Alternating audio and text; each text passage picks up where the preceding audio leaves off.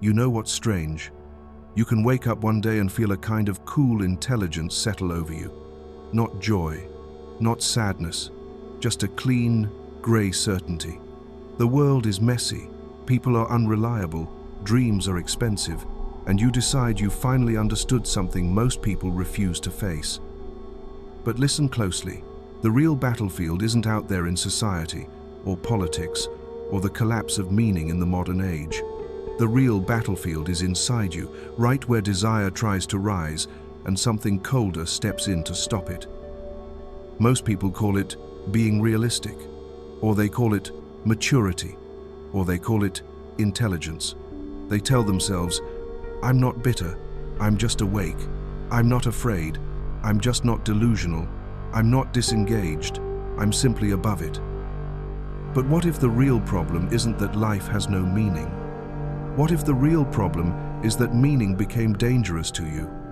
Because once you've wanted something and lost it, once you've believed and been embarrassed, trusted and been disappointed, tried and watched it fall apart, your mind learns a trick. It discovers that if nothing matters, then nothing can hurt you. And you can hear it in your private inner dialogue.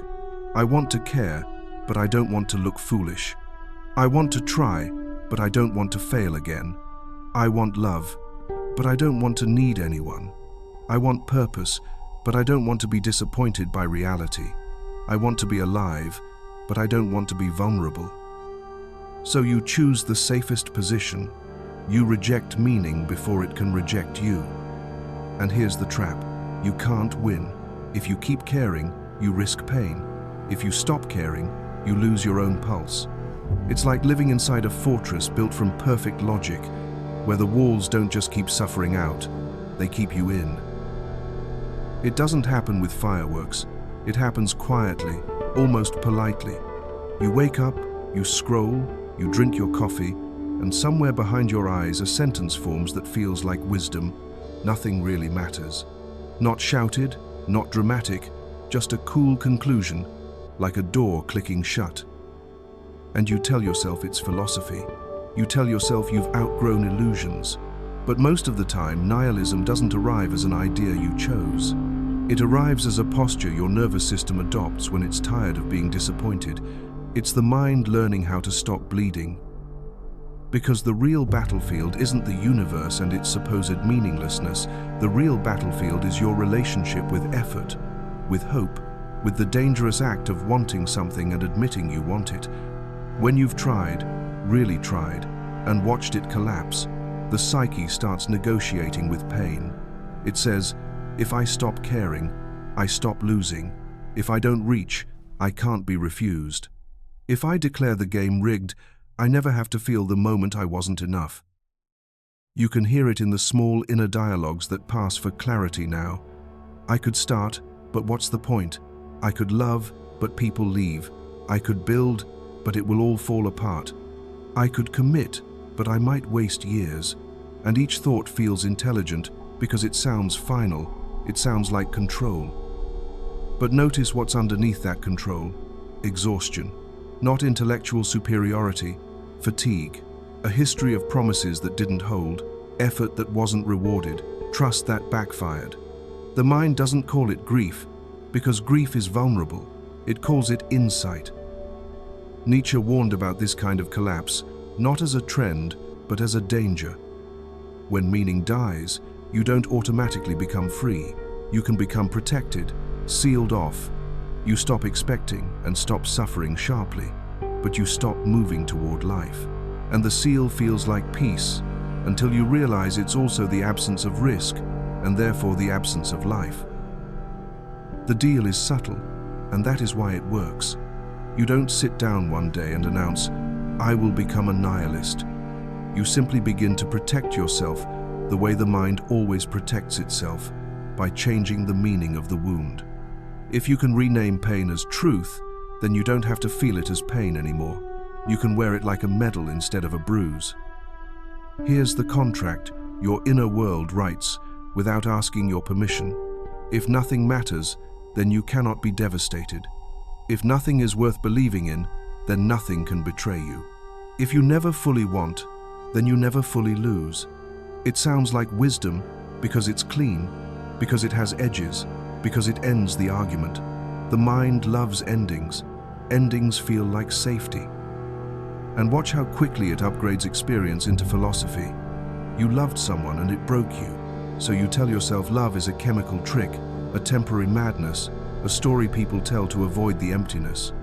You chased a dream and failed, so you decide ambition is just ego dressed up as purpose. You showed your heart, and someone laughed, ignored, or left, so you begin to speak as if needing anything is weakness, as if dependence is childish. Heartbreak becomes cynicism. Failure becomes detachment. Rejection becomes superiority. You stand above what you still ache for. This is the seduction. The more you've suffered, the more convincing the armor sounds. Nihilism can feel intelligent because it isn't the shallow denial of a child. It's the sophisticated defense of someone who has learned the price of hope. You think you're seeing clearly now. No more fantasies, no more naivete, no more humiliation. But look at what this clarity is actually doing. It's shrinking your range so you can't be harmed. It's turning the world into a museum you walk through with your hands behind your back, refusing to touch anything that might cut you. And the mind is clever enough to make this seem virtuous. It will say, I'm not bitter, I'm just honest. It will say, people are predictable. It will say, everything is temporary. And then it uses that fact to avoid committing to anything meaningful. It mistakes impermanence for pointlessness. It mistakes uncertainty for emptiness. It mistakes the risk of sorrow for proof that joy is a lie. Notice the escalation, because it rarely starts as a worldview. It starts as a small retreat. You stop expecting a friend to show up. You stop trusting a partner to understand. You stop believing your work will lead anywhere. Then one day you look around and call your retreat objectivity. You build a philosophy out of a pattern of flinching, and you call that flinching realism. Nietzsche's warning underneath all the poetry and thunder is practical. When belief collapses, you don't automatically gain freedom. You can lose energy. You can lose appetite for life. Meaninglessness doesn't liberate you, it anesthetizes you. And anesthesia can feel like truth because it's quiet, it's steady. It doesn't ask anything of you. But ask yourself what this truth is protecting, not your intellect, your heart, not your intelligence, your longing. The mind says, nothing matters, not because it has measured the universe and found it empty, but because it has been hurt enough to prefer emptiness over risk. It would rather live in grey certainty than step again into color and discover it can be taken away. And that's the cost you don't see at first. You stop being disappointed, but you also stop being moved. You stop being shattered, but you also stop being called. You gain armor, and slowly you forget you put it on, until it feels like skin. The fortress doesn't look like a fortress from the inside. From the inside, it looks like clarity. It looks like composure. It looks like you finally stopped being fooled. And the walls are not made of stone. They're made of sentences, clean, rational sentences that sound like conclusions but function like locks. The first sentence is, I'm just a realist. You tell yourself you've simply accepted the way things are. People disappoint, plans fail, everything ends. Fine. But realism, in the way you're using it, isn't a description of life. It's a strategy to stop reaching. It's the mind taking a fact, impermanence, and turning it into a rule. Don't invest. Don't attach. Don't hope. Because hope would make you vulnerable to the only thing you can't control, loss. And then comes the second sentence, more refined, more flattering. I'm too smart for hope. This one is dangerous because it turns your defense into identity. Now it isn't just that you're cautious. Now you're intelligent. You're above the crowd. You see the machinery behind desire. You can explain why people love, why they chase, why they worship, why they dream. You can explain it so well you don't have to participate. You can stand outside of life and call that superiority. But intelligence that only dissects is not wisdom, it's anesthesia. It numbs the pain by numbing the whole limb. You become very good at analysis and very poor at intimacy. very good at critique and very hesitant to create. You can spot the flaws in everything, which means you never have to offer yourself as something flawed. The third sentence is the one that seals the door. Caring is naive. Caring is childish. Caring is what people do before reality hardens them, and you tell yourself you've hardened in the right way. You call it maturity, but what you're really doing is pre-rejecting meaning, so meaning can't reject you. You're refusing the invitation before you can be turned away at the entrance. Look at how this plays out in your life, not as a philosophy, but as an instinct. In relationships, you keep a part of yourself in reserve. You might be present, attentive, even kind, but there's a glass wall you don't admit, is there? You say you're independent, but what you really mean is you don't want to need anyone enough to be wounded by them. I want love, but I don't want to risk being abandoned. I want connection, but I don't want to be seen. I want closeness, but I don't want my heart in someone else's hands. In ambition, you do something similar. You tell yourself goals are illusions, that success is arbitrary, that the system is rigged, that it's all meaningless noise. Sometimes those critiques are true, at least partially. But notice the timing. The critique often arrives right at the edge of commitment, right before you would have to put your name on the work, right before you would have to risk failing publicly. I want to build something, but I don't want to discover I'm not good enough. I want to try, but I don't want to find out the ceiling is real. So you stand back. You talk about the futility of it all. You become brilliant at explaining why effort is pointless, which is a perfect way to avoid the humiliation of effort not paying off.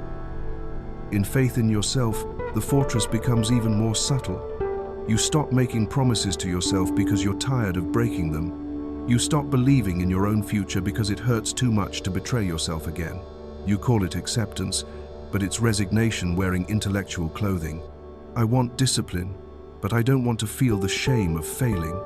I want change, but I don't want to hope and be disappointed by my own weakness. So you lower your expectations until nothing can fail. And then you mistake the absence of failure for the presence of peace. And in creative risk, the purest form of vulnerability, you turn into a spectator. You consume other people's courage and call it entertainment. You have ideas, but you hold them back. You hear a voice that says, "Why bother? It's been done. It won't matter. No one will care." And you listen, because that voice sounds calm. It sounds like it has spared you from embarrassment. But what it has actually spared you from is aliveness. Nietzsche would recognize this immediately, not as truth, but as a symptom. When the will is wounded, it begins to turn against itself. It begins to prefer negation over creation. It would rather declare, "There is nothing," than endure the risk of reaching for something and losing it. This is how the mind becomes a moral judge of life. It calls desire foolish, calls hope stupid, calls care weak, because those are the very places where life can hurt you. And the deepest trap, the one that keeps the fortress standing, is the mind's demand for certainty before commitment. It says, "Show me it will be worth it, and then I'll begin. Prove it won't end badly, and then I'll love. Guarantee success, and then I'll try." But life doesn't give meaning as a proof you can examine beforehand. Meaning is not a product you evaluate. It's something that happens after you step in, after you stake yourself, after you accept the risk that you might lose. So you wait for certainty. You wait for the perfect sign, the perfect assurance, the perfect feeling. And while you wait, you remain safe, sealed, behind logic that sounds like insight. Yet the very safety you've built becomes the prison.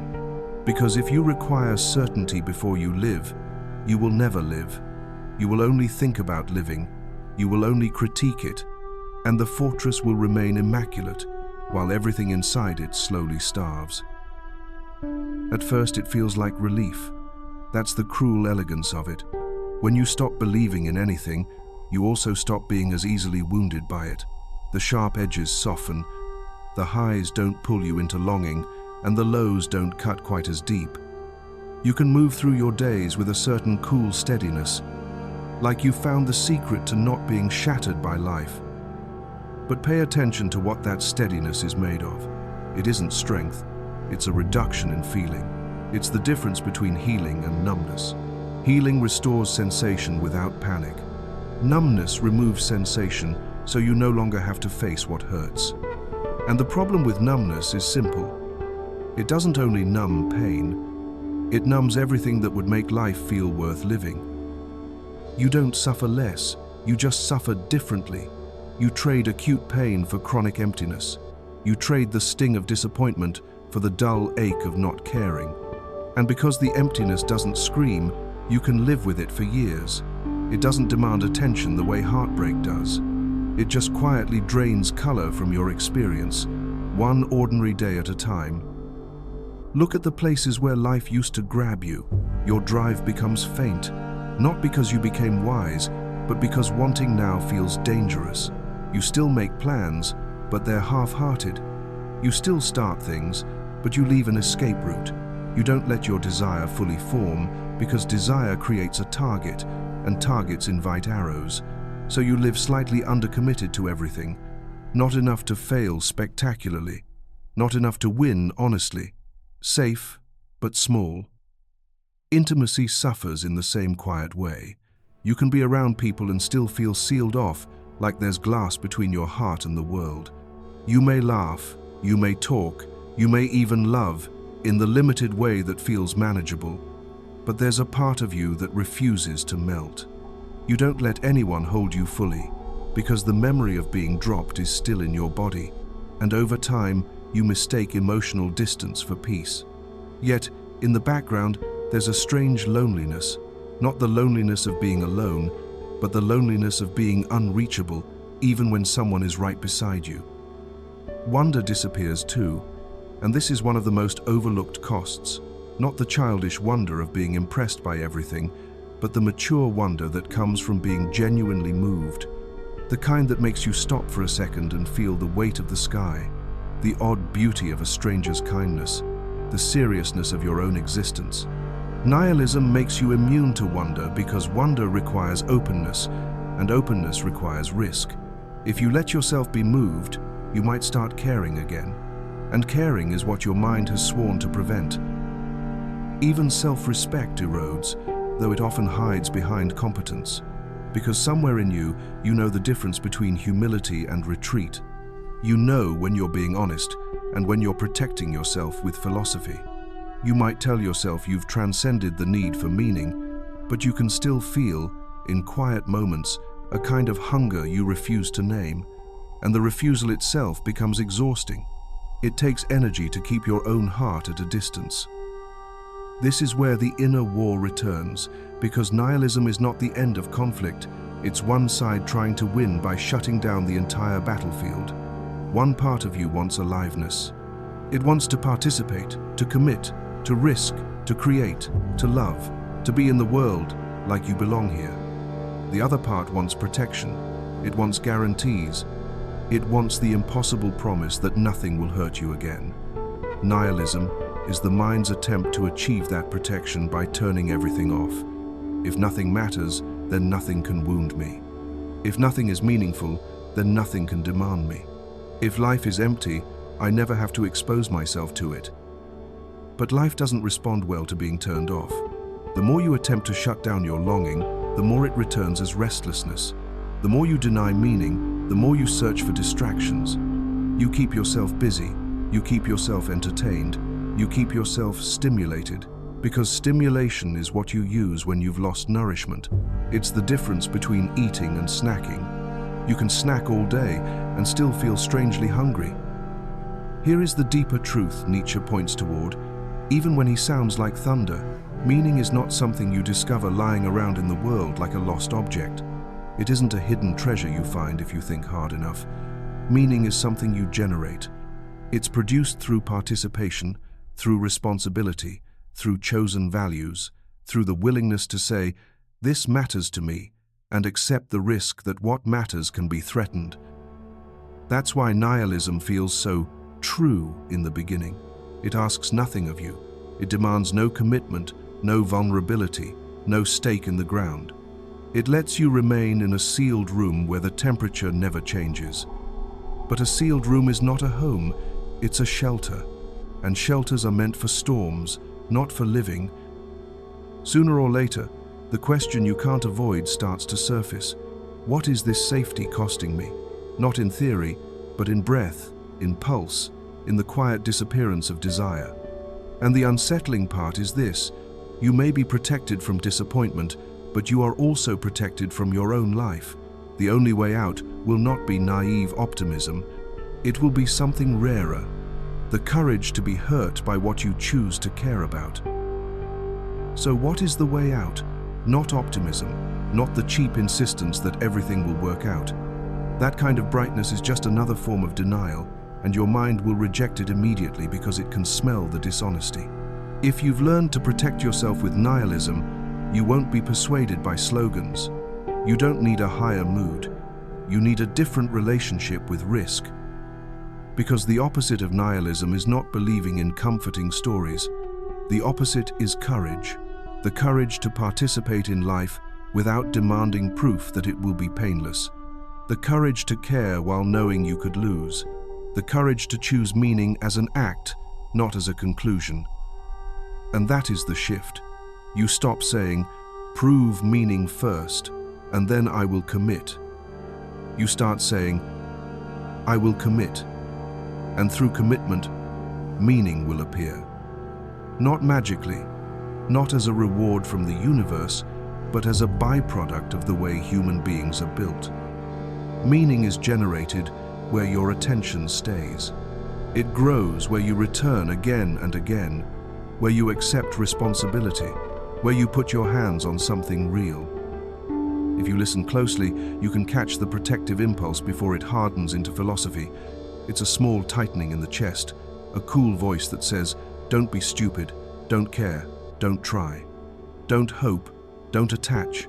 Instead of obeying it or arguing with it, you notice it, you name it, not as truth, but as protection. This is the part of me that doesn't want to be hurt. This is the part of me that remembers disappointment. This is the part of me trying to keep me safe by making everything meaningless. And then you ask the only useful question: what is it guarding? Not in abstract terms, specifically. Is it guarding your pride from failure? Is it guarding your heart from needing someone? Is it guarding your sense of identity from being judged? Is it guarding the younger part of you that once believed and felt foolish afterward? When you see what it's guarding, the fortress becomes less impressive. It becomes human, it becomes understandable. Now you choose one honest stake in the ground, not 10, not a grand reinvention. One, a value you will live by even when you don't feel like it. A practice you will return to even when doubt speaks loudly. A relationship you will show up for with real presence. A craft you will respect enough to struggle with. Something small enough to be real, but serious enough to matter. And when your mind says, "It's pointless," you don't fight it as if it's an enemy. You simply recognize the old reflex. Pointless is the word it uses when it's afraid. Then you return to your stake. You act anyway, not because you are certain, because you are willing. This is how you step out without becoming naive. You don't demand that life guarantee you safety. You accept that uncertainty is the entry fee. You stop trying to stand above existence like a judge, weighing whether it deserves your participation. You re-enter it like a living thing, willing to be touched by it. Peace, in the end, isn't the cold peace of detachment. It's the peace of no longer needing armor for every moment.